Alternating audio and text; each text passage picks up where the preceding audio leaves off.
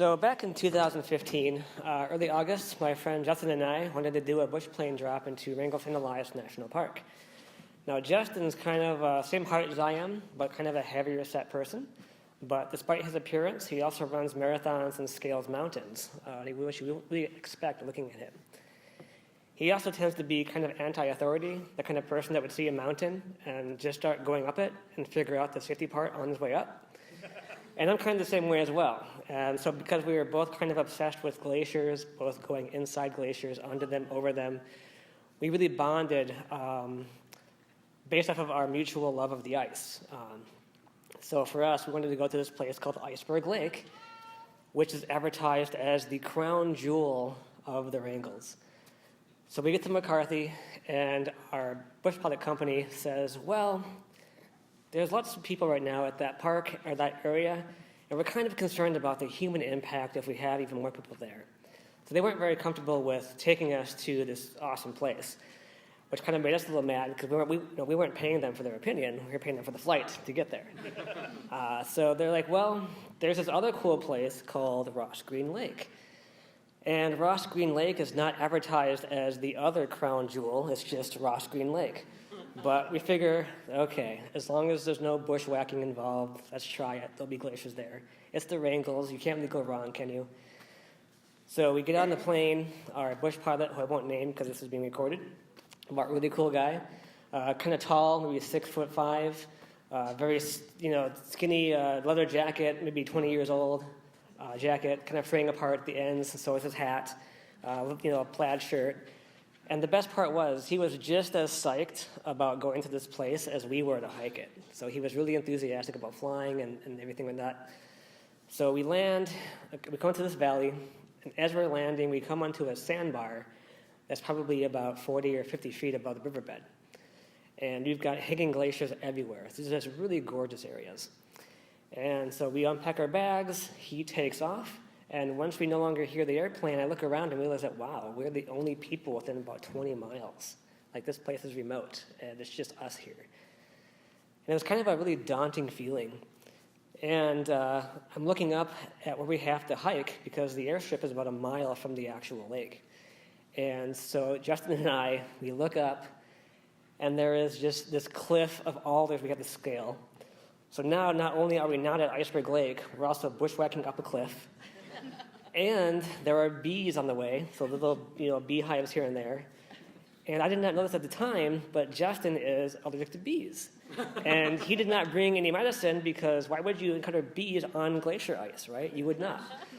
But there's no glacier, so kind of a problem there. So long story short, we ended up getting to this lake after about 6 hours of bushwhacking. It was a good 3-mile hike in the end. And the whole time he's like, oh, this sucks, I hate this place, like there's no glacier ice here, which I can't blame him. But I could see in the horizon that there was the potential for glaciers, so I still have some hope. So we camp out that first night on Ross Green Lake, and again, it's tranquil, beautiful, no light pollution anywhere, no noise. But it's hard to sleep because of all the glacier activity in the area. The ground keeps shaking, so you wake up to like this big booming sound, not quite sure where it's at, and then the ground starts shaking. So it's a very raw area. Now on day 2, we decide to just kind of hike to where I saw this big boulder field, and it kind of flattened out. And so in my experience, that told me that there was a flat glacier. So no hanging glacier, but a valley glacier right there. And Justin's not quite buying it. He's still kind of bitter about the whole place.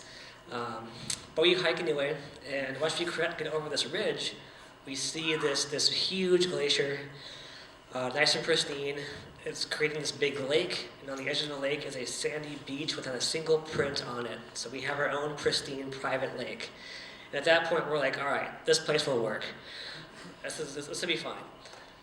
So that day, we decided to get out on the ice, and right where the glacier ice meets the lake, imagine about a 50-foot high, tall cliff of ice above the waterline.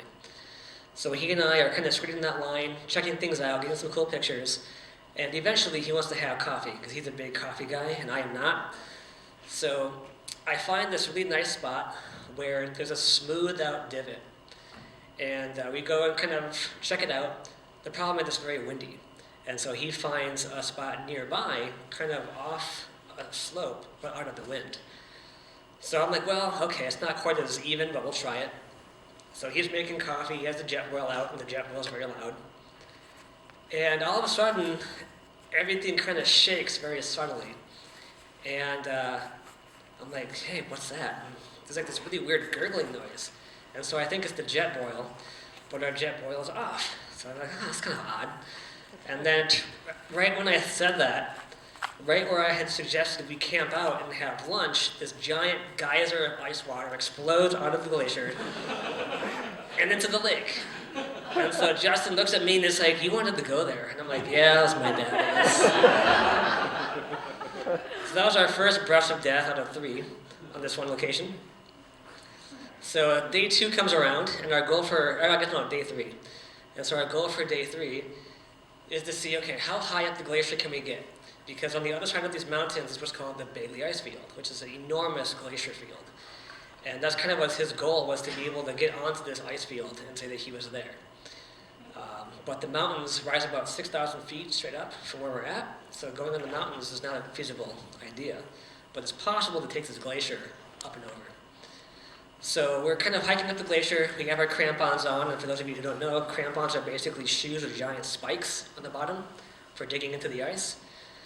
And again, beautiful day, sunny skies out, or at least it began to be sunny, but as we got up and higher into the glacier and the day wore on, it got cloudier and cloudier and more misty.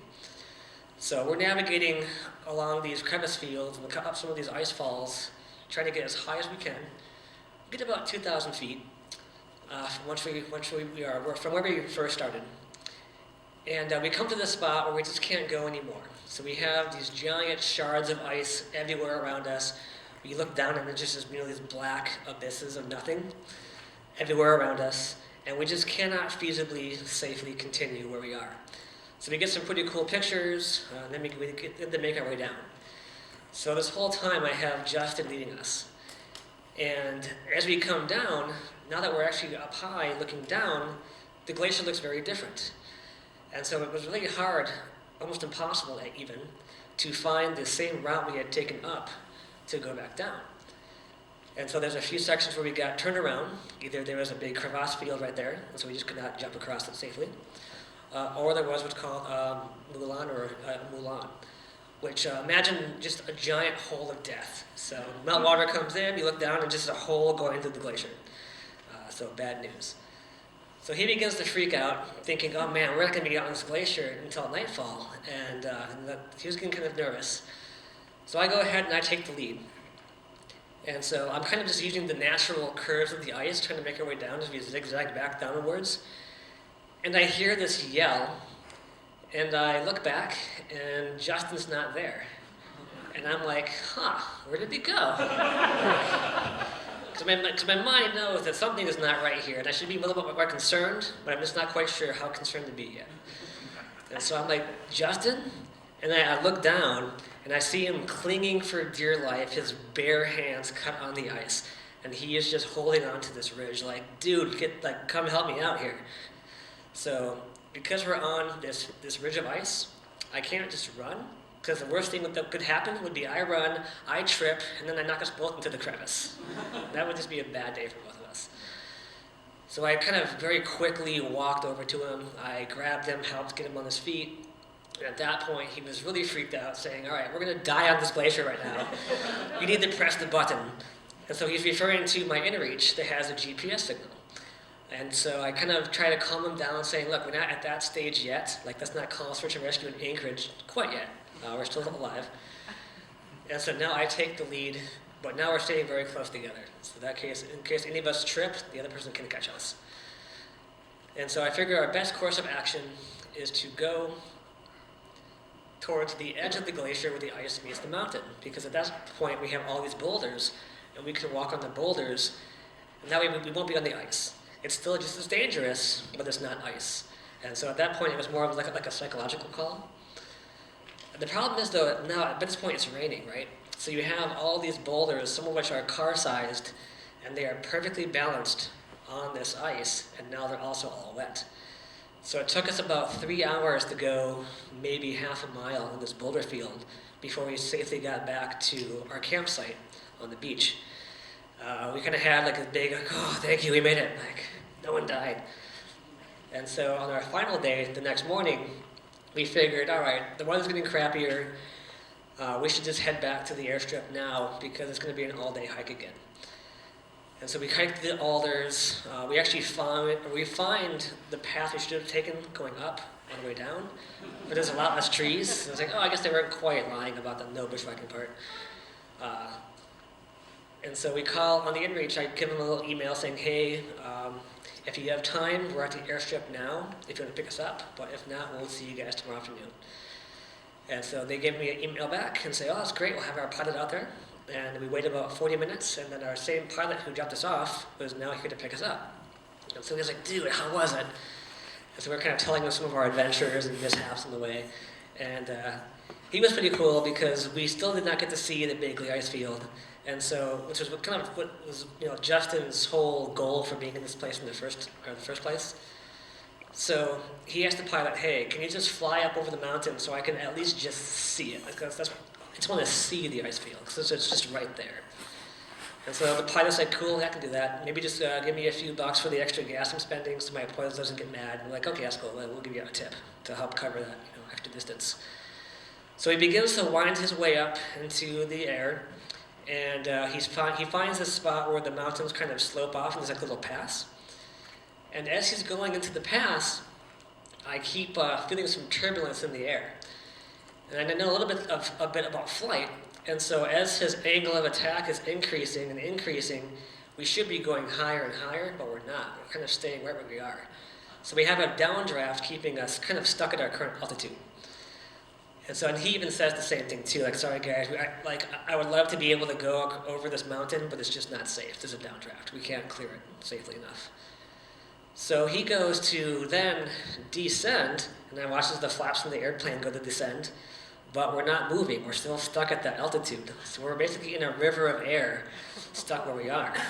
And Justin has no clue. He's taking pictures and everything like that. But I know what's going on, and so I look at the pilot, and his demeanor totally changes. And I'm thinking, oh, this is not good. So I go to my pocket, and I press the button. Because I've got 12 seconds to cancel if I need to, but I don't think I'm going to need to. So he starts to just roll a little bit, and next thing I know, he rolls as hard as he possibly can. Everything just tilts 90 degrees. I see this giant glacier and all these holes 2,000 feet below us. Justin's hands go flying. He's trying to keep the camera steady the whole time. No idea how we're about to die. And I look over at this cliff as it's just closer and closer and closer. And I swear we were within a couple of inches of the cliff before it finally began to go away. And I was like, oh, thank you. So I canceled the SOS with about 2 seconds to spare. And we began to level out. And so the best part is, I had a GoPro on that wing the whole time. And so you actually watch the glacier get closer and closer, right until you're going to hit, he finally goes away. And the pilot's like, yeah, maybe don't put that video online. But you can tell people and your buddies about it, but maybe just don't put it online, because I could get, people kind of freaked out about that kind of thing. So we ended up getting to McCarthy safe and sound right before the weather got really bad and they had to cancel all the flights. So we made it back just in time. And at the end of the day, we didn't get to see the ice field, so we didn't give him a tip, but we did buy him a beer because he did save our life. So, thank you.